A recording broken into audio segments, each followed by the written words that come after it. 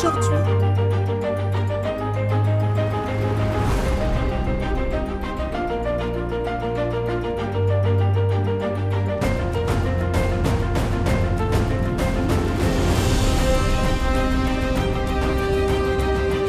Quand vous acclamez avec tout votre sentiment, avec la pensée que c'est vraiment ton Dieu, l'être supérieur de ton existence.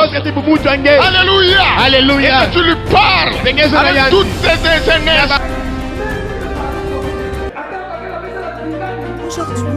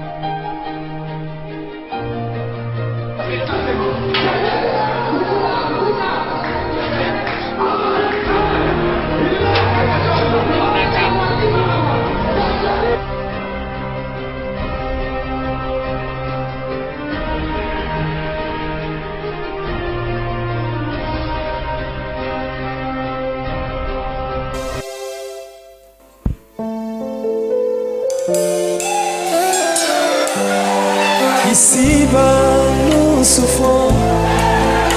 Ici-bas, c'est la misère. Ici-bas, ici-bas.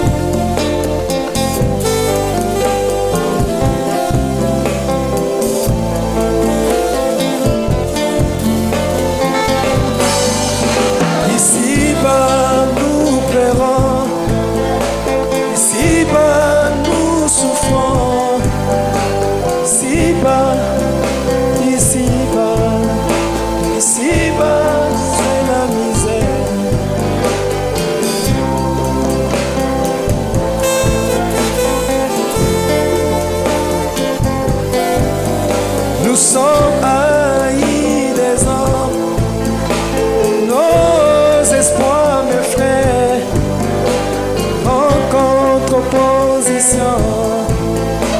Ici-bas, c'est la misère. Ici-bas, nous sommes rejetés. Ici-bas, nous sommes haïs. Alors que nous voulons la paix, alors que nous s'aimons la paix.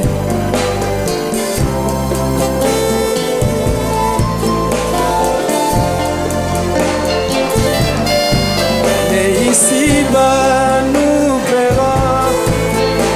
Ici-bas, nous gémissons. Partout dans le monde, les enfants ont peur, les parents se demandent qu'adviendrait-il de leur avenir. Ici-bas, c'est la misère. Ici-bas, nous souffrons. Le monde est dans les douleurs de l'enfantement. Ici-bas, au nom de Jésus-Christ. Amen. Alors j'appelle le frère Doli. Suivez bien ce témoignage. C'est lui-même qui a vécu ça qui donne ce témoignage.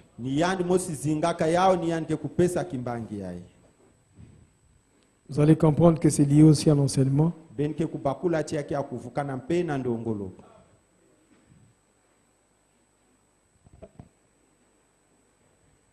Oh, je suis fier de croire en Jésus-Christ. De croire en ce message et d'avoir pour pasteur aussi le pasteur Massamba.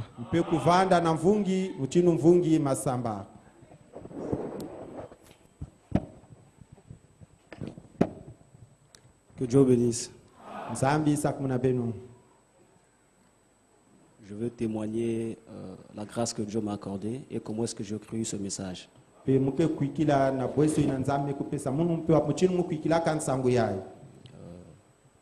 fait, je suis militaire. Il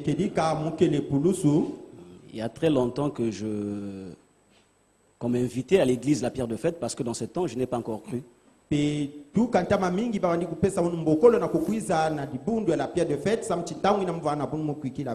Donc, c'était, je crois, en 2004, depuis 1994 que je partais à l'église, sans pourtant que je sois membre.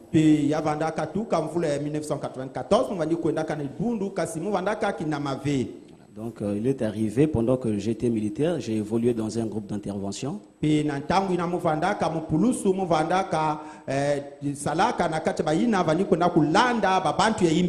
Donc, une fois, on nous avait appelé pour qu'on aille intervenir. Il y avait, je crois, un cas de cage.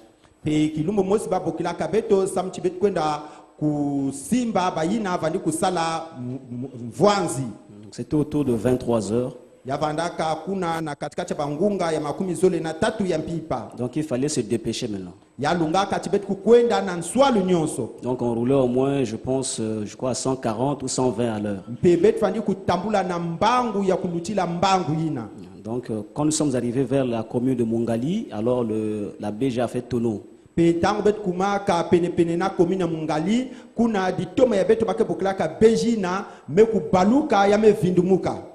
ce que moi j'avais reconnu, c'est que juste un bruit que j'avais écouté. Et le reste là, je ne maîtrisais plus rien parce que j'étais parti, j'étais mort. Donc nous sommes arrivés maintenant, on nous a emmenés. Ça c'est les gens maintenant qui témoignent. C'est-à-dire que ceux que nous avons ramassés, quoi.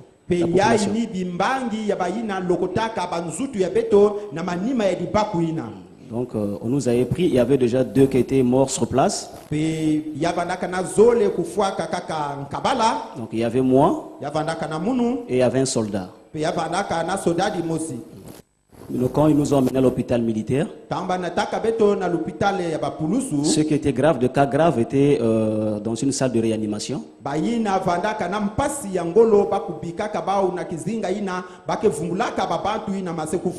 Donc maintenant, moi qui étais déjà un cadavre, et l'autre soldat qui était aussi à mes côtés. Donc c'était 2 cadavres qu'on avait maintenant mis quelque part. Donc, voilà, donc certainement étant en train de chercher peut-être là où nous mettre, qu'on nous placer dans des casiers. Alors c'est là où que Dieu m'a accordé cette grâce. Je suis sorti, donc je vois mon corps, je sors, donc l'esprit sort. Donc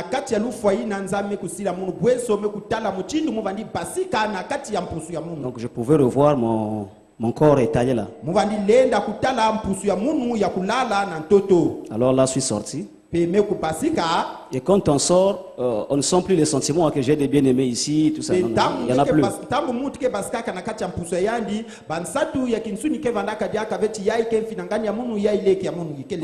Alors, je suis sorti du corps. Et je me suis retrouvé quelque part comme dans une planète. Subitement, j'ai vu un être. Un gaillard, un costaud noir. Et quand tu m'as vu, il m'a appelé. Mais pas par mon nom. Donc, je lui ai demandé, oh tiens, mais moi je croyais que étant militaire, j'allais me retrouver à l'enfer. Et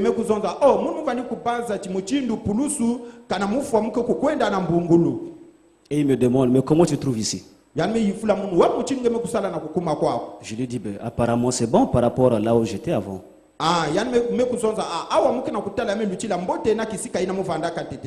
Et alors maintenant il commençait à me briefer, donc c'est comme si à me séduire.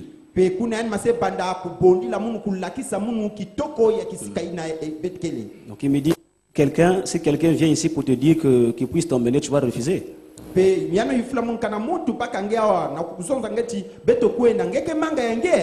lui ai dit, puisque apparemment ici c'est bon, donc je préfère rester ici.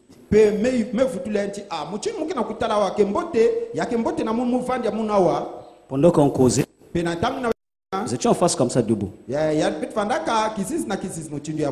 Alors je sens qu'il change de mine. Il devient colérique. Je ne comprenais pas. Et subitement il commence à parler. En disant que vous souvent êtes toujours comme ça là. Quelqu'un a fait son choix de rester. Quand je regarde, mais il s'adresse à qui? Quand je regarde à mes côtés, j'ai vu un être surnaturel. C'était l'ange de l'éternel. Un gaillard. Il était à mes côtés. Maintenant, le monsieur là commençait maintenant à s'adresser à l'ange. Il dit, vous souvent êtes toujours comme ça. Alors que la personne est là, de toutes les façons, il est libre de faire son choix.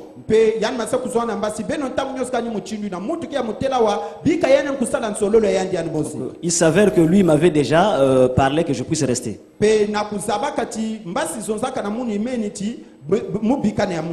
Alors l'ange dit, moi je suis venu le prendre. Lui dit donc c'était comme un débat maintenant. Donc Satan maintenant m'a tenu par la main. Et l'ange m'a pris par l'autre bras. Donc moi je ne maîtrisais rien, où aller, est-ce que rester, est-ce que où, je ne maîtrisais rien. Et l'ange dit maintenant à cet être là, choix ou pas, il n'a pas de place ici.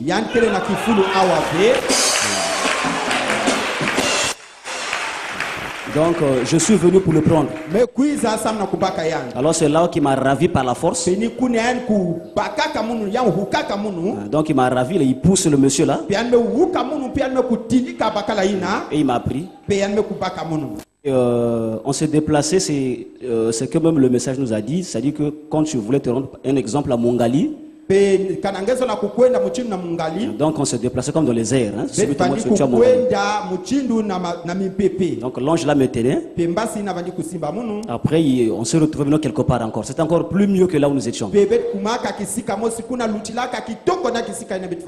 Alors là-bas il m'appelle par mon nom. Et moi je le regarde, je dis, oh, mais comment est-ce que quand tu m'as connu, comment toi? Alors il me dit qu'il y a très longtemps que je t'ai connu.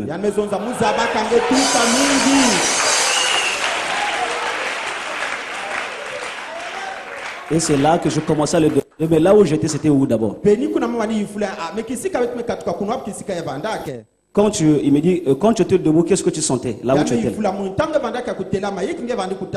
Je lui ai dit, c'est comme si j'étais sur... vous voyez un peu quand vous prenez un tonneau vide. Quand c'est fermé, c'est un peu de monter là. Vous sentez qu'en bas il y a un vide. Vous allez sentir. Donc c'est là où j'étais. Je l'ai expliqué. Il me dit, mais là où tu étais, c'était l'enfer, mais tu étais en haut. Le monsieur qui était avec toi, c'est lui Satan. Il dit, là où tu étais là, c'était juste dans l'eau du bouchon.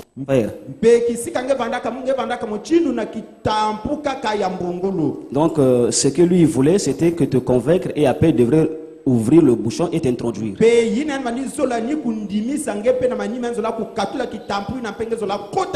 J'ai dit oui, je sens que parce que là où nous étions, moi, en bas, il y avait un vide. Alors que c'est là maintenant que... Après, je le regarde. C'est-à-dire que je cherchais maintenant à voir réellement sa face comme ça. Mais je n'arrivais pas trop à le fixer. Parce que sa face tellement rayonnait. Donc, ce que je reconnais, c'était un homme. C'est-à-dire que sa face était, quand on prend le visage, c'est-à-dire quand on prend un seau d'eau, Maintenant, c'est un peu de mettre la face là. Vous voyez un peu la silhouette là. Maintenant, ça rayonnait. Donc, il n'y avait pas de couleur, c'est comme un color, mais ça rayonnait vraiment.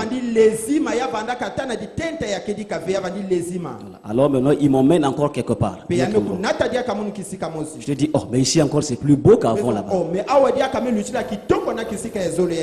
Il m'appelle par mon nom. Il dit, Kouka, il dit, tu es militaire. Je dis, oh, mais comment est-ce que toi tu suis vraiment que non, que je suis comme ça? Il dit, calme-toi, viens d'abord voir.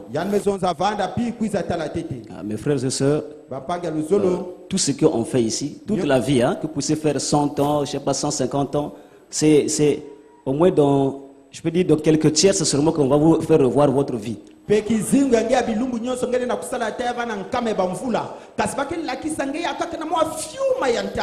Donc c'était maintenant comme un mur comme ça, sous forme des aquariums.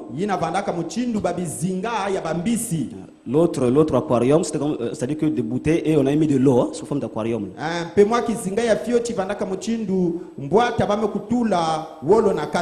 L'autre était pleine. L'autre était à moitié pleine. L'ange me dit maintenant, tu vois là où tu vois ces plaines là? J'ai dit oui.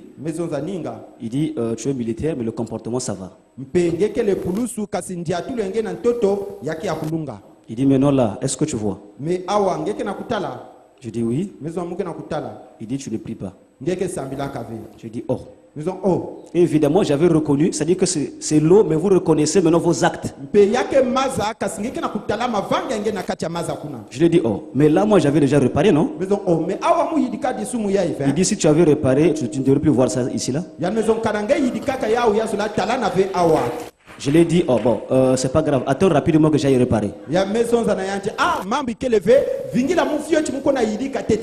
Pendant que je disais ça, je ne savais pas où aller réparer ça. Je ne me disais pas.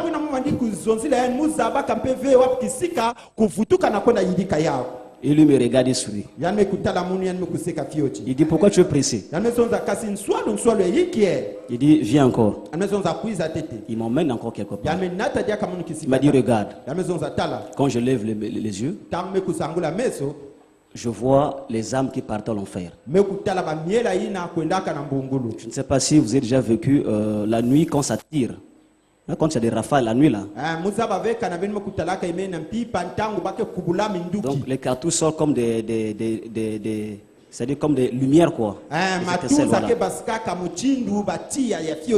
C'est comme ça que je voyais ça. Ça quittait, apparemment ça quittait la terre. Au lieu que ça puisse venir là où nous étions, ça partait là où c'était plus sombre. Je l'ai regardé. J'ai dit, mais tout ce que tu m'as dit, je crois. Mais le nombre des âmes que je vois là, en tout cas, ça, je ne crois pas. Il me rappelle, mais là-bas, la Bible vous a dit quoi?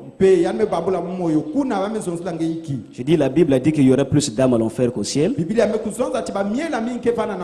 Alors, il me dit, mais alors? Je dis, ben oui, mais sauf que le nombre que je vois là, en tout cas, je me demande.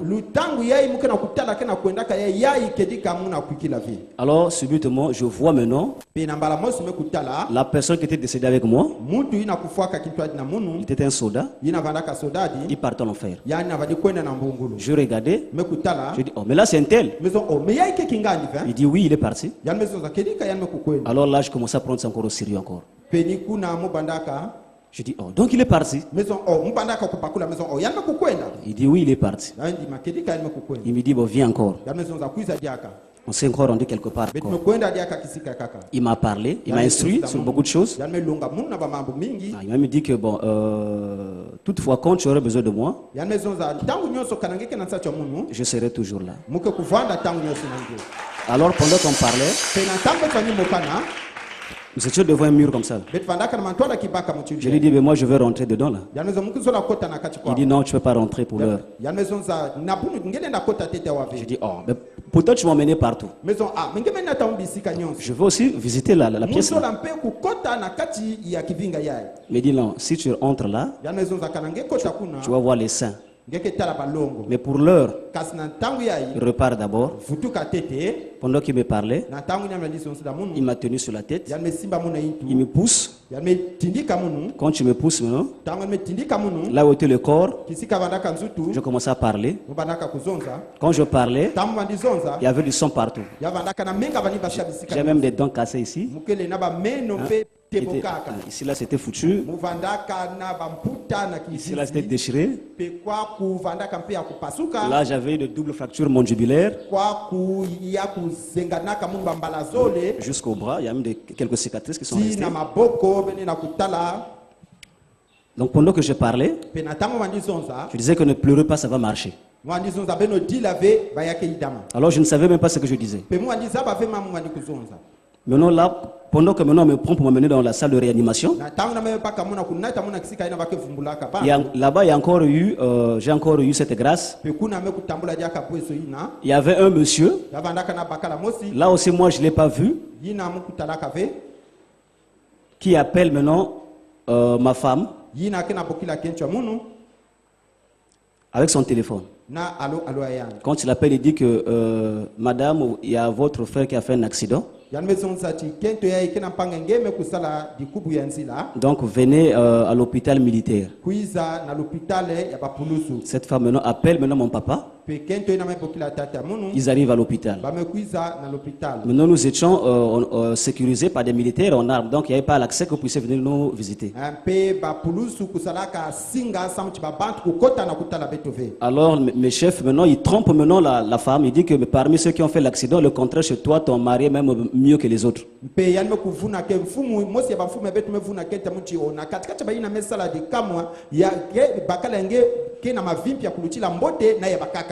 Cette femme est restée dehors. L'esprit lui dit non, mais pourquoi tu souffres? Appelle le monsieur qui t'a appelé là. Il a rappelé ce monsieur. Le monsieur l'a orienté jusqu'à là où j'étais. En tout cas, la face était défigurée, c'est difficile de me reconnaître. Elle m'a reconnu par la marinière que j'avais mis en bas.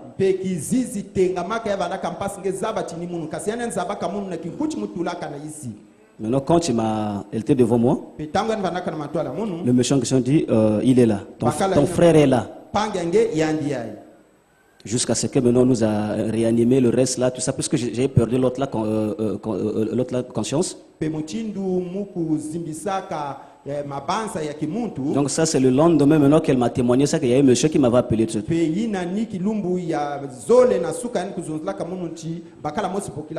lui ai dit dans ce cas il faut le remercier ce matin, il faudra que tu ailles là-bas pour lui dire merci. Même je me demande comment est-ce qu'il a connu ton numéro.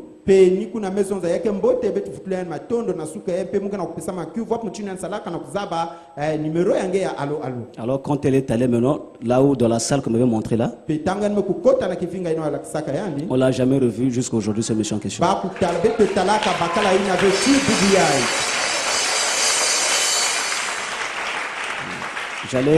J'allais oublier un fait.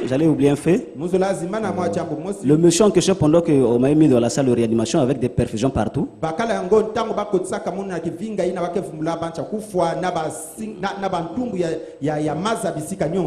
maintenant c'est la femme qui témoigne. Elle m'avait pris, le monsieur en question, pendant que je voulais me soulager. Elle m'avait mis ses sandales, il m'a donné les sandales que j'avais mis. Il a pris les perfusions. Il m'a conduit jusqu'à dans les latrines. Et il m'a encore ramené de la salle. Donc vu tout ce qu'il m'avait expliqué là, je dis non, on doit quand même le remercier quand même. Malheureusement quand nous sommes allés là-bas, en tout cas même les sages femmes ne l'ont pas reconnu, ils disent que nous ne le connaissons pas. Même le major qui était là, il dit que nous on ne le connaît pas. Le monsieur qui parlait là, on ne le connaît pas. Donc, et maintenant, je crois quelques jours après, C'est là que j'ai un ami, le frère Herman Gabé, il est à Brazzaville, avec le pasteur Ludovic, actuel pasteur. Ils sont venus maintenant à l'église, et plutôt à l'hôpital là où j'étais là. Donc le pasteur Ludovic maintenant commençait à m'exhorter. Il me dit, frère, est-ce que tu crois en Jésus? Il me dit, si on prie pour toi et Dieu te guérit, est-ce que tu vas donner ta vie à Dieu? Comme moi je ne peux pas parler parce que j'avais des fractures mandibulaires,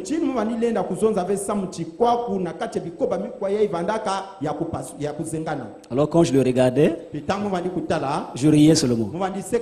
Je dis, monsieur, il va encore me dire quoi? Alors que moi j'étais déjà avec lui, mais qu'est-ce qu'il va encore me dire? Alors pour le faire plaisir, j'ai accepté. Il a prié pour moi. Il est parti. J'ai fait encore, je crois, 5 jours là-bas. À l'hôpital militaire, eux, le cas était trop difficile pour eux. Ils ne voulaient plus. Donc ils voulaient m'évacuer. J'ai dit à mon père, je préfère rester. Alors il y avait un médecin, je crois, qui quittait Paris, une dame. Donc c'est là que maintenant, comme on voit maintenant à l'hôpital CHU.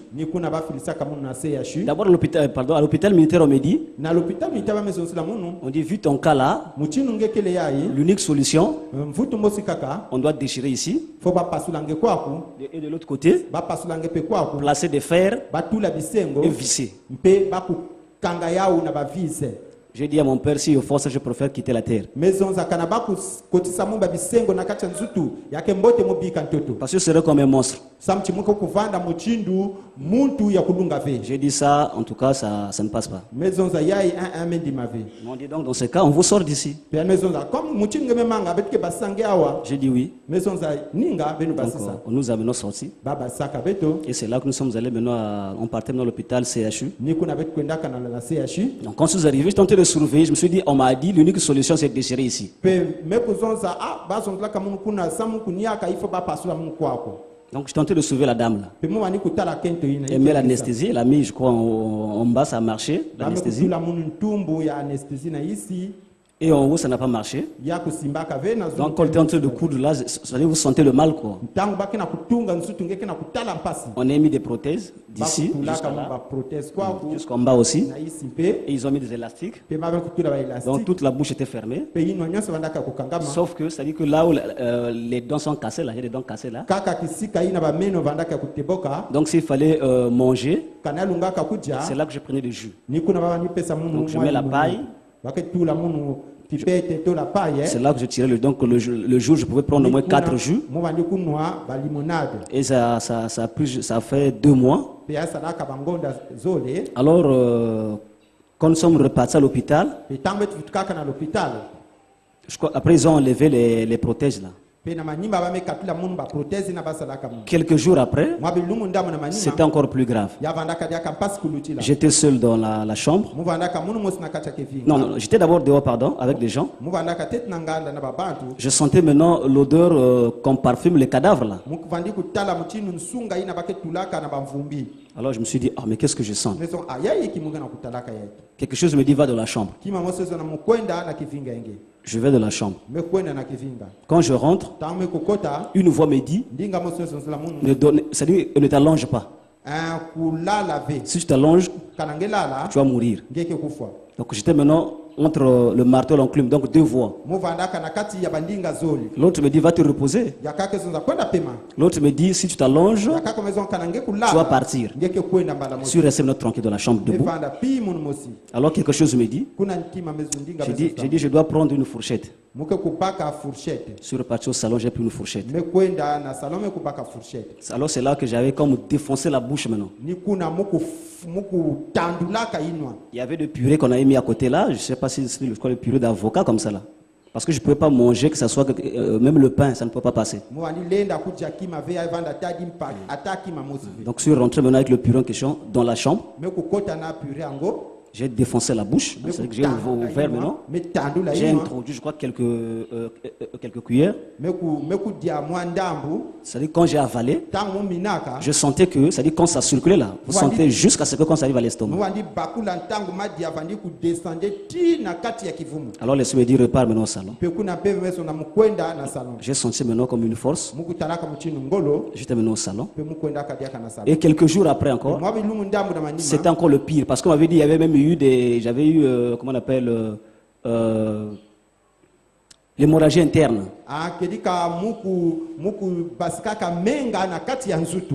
Donc quelques temps après, ça a encore vraiment dégénéré, c'était encore plus grave.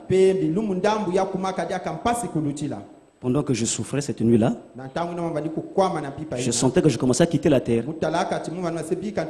Et quelques temps après, je crois vers 4 heures comme ça, pendant que je suis dans les douleurs, en tout cas, jusqu'alors, je ne sais pas quoi dire. Une vision, est-ce que c'était jusqu'alors, je ne maîtrise pas quoi dire. Je sens maintenant mon téléphone sonner. J'ai pris le téléphone dans les douleurs là. Quand je dis allô, personne n'y parlait. Je remis le téléphone. Une voix me dit reprends le téléphone. Alors j'ai pris le téléphone. Quand j'ai dit allô, j'ai écouté la même voix de l'ange qui m'avait reçu là-bas. Cette fois-ci me parle en patois, on l'a ri maintenant. Quand je dis allô, j'ai reconnu la voix. Lui, quand elle a dit allô, j'ai reconnu cette voix. Je dis là, c'est l'ange de l'Éternel. Et je ne sais pas, humain que nous sommes, je commençais à l'engueuler. Je lui ai dit, mais alors, mais toi tu m'avais dit quoi? Quand j'aurai besoin de toi, tu seras toujours là, non? Maintenant je commence à quitter la terre. Et tu me laisses comme ça là. Lui il sourit, il rit. Il dit, oh, c'est ça. J'ai dit, mais alors?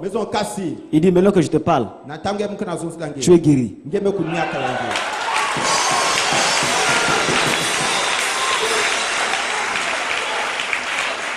Alors, je remets le téléphone. Maintenant, cette fois-ci, les yeux me étaient ouverts. Je commençais à regarder. Je me dis, oh, je sens maintenant une fumée qui quittait ma poitrine. Quand ça montait, ça arrivait au niveau de tôle, ça disparaissait. Alors je voulais bouger. Je suis senti, c'est comme si on m'a bloqué. Donc l'unique mouvement que je faisais, c'était peut-être les yeux qui regardaient la poitrine et voir la montée de l'autre de la fumée. Ça fait au moins 20 minutes comme ça. Et quelques temps après, c'est comme si on m'avait débloqué quoi. Donc j'ai sursauté. Je commençais maintenant à parler moi-même dans la chambre. Je dis, mais qu'est-ce que je vois? Mais ça apparemment c'est des choses que on nous relève dans des films des Nigériens là. Je dis, oh. Et maintenant moi je commence à vivre ça. Je dis, oh. Mais qu'est-ce que je sens? C'est comme si je n'ai plus d'intestin dans le ventre. Je dis, oh, mais apparemment il n'y a plus rien. Alors quelque chose me dit, oh, mais tu étais malade, non? Je dis, oui, au fait, j'avais des douleurs. Et ce sont là, il n'y a plus rien.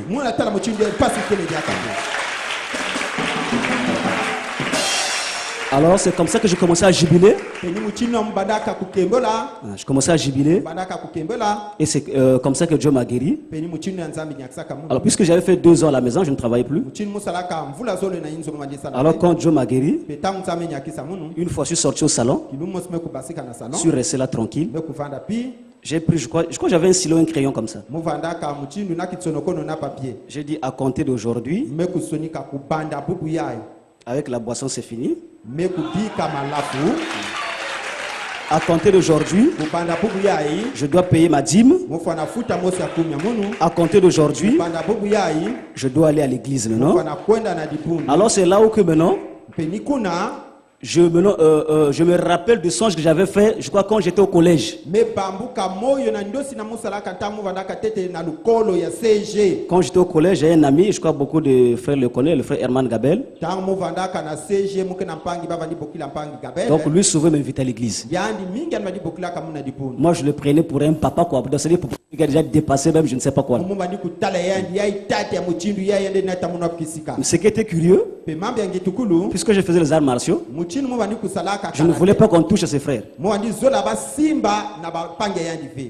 Donc, à ce frère-là, je ne voulais pas qu'on touche à ce frère-là. Voilà. Donc, souvent, moi, je le protégeais. Mais sauf que quand je me respectais, je trouvais... Quoi? Mais pourquoi je respecte ce monsieur-là vraiment? Apparemment, c'est un petit. Moi, j'ai l'habitude de me balader avec les gaillards. Mais celui-là, vraiment... Et il était très poli.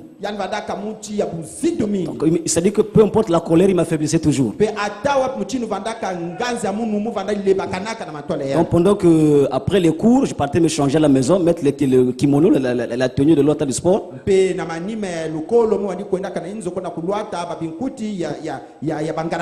Pour que j'aille m'entraîner. Lui parfois dès qu'il me croise dans la rue, il m'appelle toujours le bien-aimé. Il dit oh frère, mais alors à l'église il est 16h. L'autre jour, j'ai dit, ah, mais finalement, celui-là, comment est-ce que je vais l'éviter vraiment? Je dis, mais là, je suis à Mouchounabata, je peux me rendre à l'église. Il dit, oh, bien aimé, ça c'est zéro, frère. Frère, premier sandal, il me donne ses sandales à lui. Donc, la raison que j'avais avancé, j'étais venu coincé.